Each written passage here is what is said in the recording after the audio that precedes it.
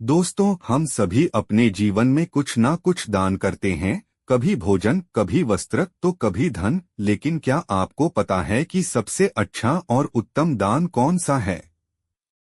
कौन सा दान हमें सबसे बड़ा पुण्य दिला सकता है? आज मैं आपको एक ऐसी कहानी सुनाने जा रहा हूँ जो न केवल आपको प्रेरणा देगी बल्कि यह भी सिखाएगी कि सच्चा दान क्या होता है और इसका महत्व कितना बड़ा है। और यह कहानी बड़ी ही शिक्षा प्रति महत्वपूर्ण और ज्ञानवर्धक कहानी है। तो चलिए दोस्तों, आज की बौद्ध कहानी को शुरू करते हैं। नॉइस पर वीडियो में आगे बढ़ने से पहले यदि आप भी भगवान गौतम बुद्ध के सच्चे भक्त हैं तो इस वीडियो को लाइक करके कमेंट बॉक्स में नमो बुद्धाय जरूर लिख देना। और दोस्तों, यदि आपने अभी तक हमारे चैनल नरवाल मोटिवेशनल को सब्सक्राइब नहीं किया है तो चैनल को भी सब्सक्राइब कर लेना ताकि आने वाली वीडियो सबसे पहले आपको मिल पाए। तो चलिए आज की प्रेरणादायक बौद्ध कहानी को शुरू करते हैं। प्राचीन समय की बात है।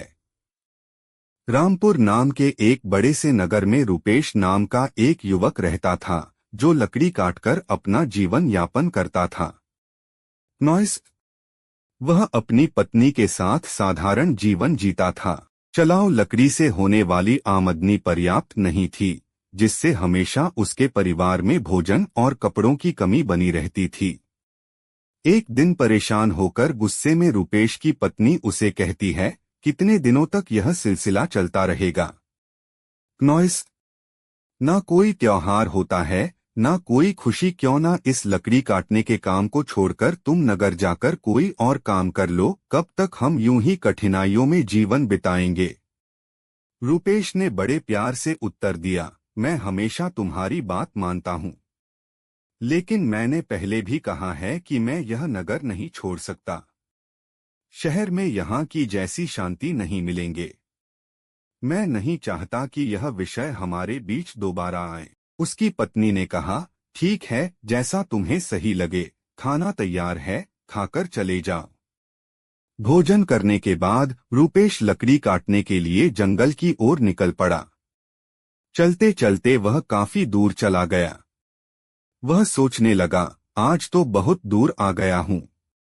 मुझे एक बड़ा पेड़ चाहिए, लेकिन ऐसा कोई नजर नहीं आ रहा। वहाँ एक पेड़ है पर छोटा है, चलो आज के लिए इसी से काम चला लेता हूँ। नॉइस रूपेश ने वह पेड़ काटा और सिर पर जलाऊ लकड़ी का गट्ठर रखकर नगर की ओर बेचने के लिए निकल पड़ा। लेकिन नगर पहुंचने पर उसने देखा कि लकड़ी खरीदने वाला कोई नहीं था। वह सोचने लगा, क्या मुझे यह सारी लकड़ियां वापस घर ले जानी पड़ेगी? तभी रास्ते में एक पंडित ने उसे आवाज लगाई, नॉइस सुनो, लकड़ी बेचने वाले, इधर आओ, ये लकड़ियां कितने की हैं? रूपेश ने कहा, पंडित जी, आपको सारी लकड़ियां चाहिए या आंधी? अगर सारी चाहिए तो कम दाम में दे दूंगा। पंडित ने कहा, मुझे सारी लकड़ियां चाहिए, लेकिन तुम्हारे बताए गए दाम पर नहीं। नॉइस मैं सिर्फ अपने दाम पर दे सकता हूँ। रूपेश ने थकान भरे स्वर में कहा, अरे तो फिर ये लकड़ियां बहुत सस्ती हो जाएंगी, लेकिन चलिए दे दीजिए, वैसे भी मैं थक चुका हूँ। पंडित ने 50 रुपए देते हुए कहा, ये लो, और वैसे तुम भूखे लग रहे हो। नॉइस क्या कुछ खाना खाओगे? सब तैयार है, खाना खा कर ही जाना। रूपेश ने कहा, मुझे भूख तो बहुत लगी है, लेकिन अगर मैं खाऊंगा तो आपके लिए खाना नहीं बचेगा। रहने दीजिए, मैं घर जाकर खा लूंगा। पंडित मुस्कुराते हुए बोले, चिंता मत करो, यहाँ इतना खाना है कि 10 लोग और खा सकते हैं। नॉइस जब भी भूख लगे यहाँ आया करो। रूपेश ने पूछा, क्या आप हमेशा ही सबको ऐसे खाना खिलाते हैं?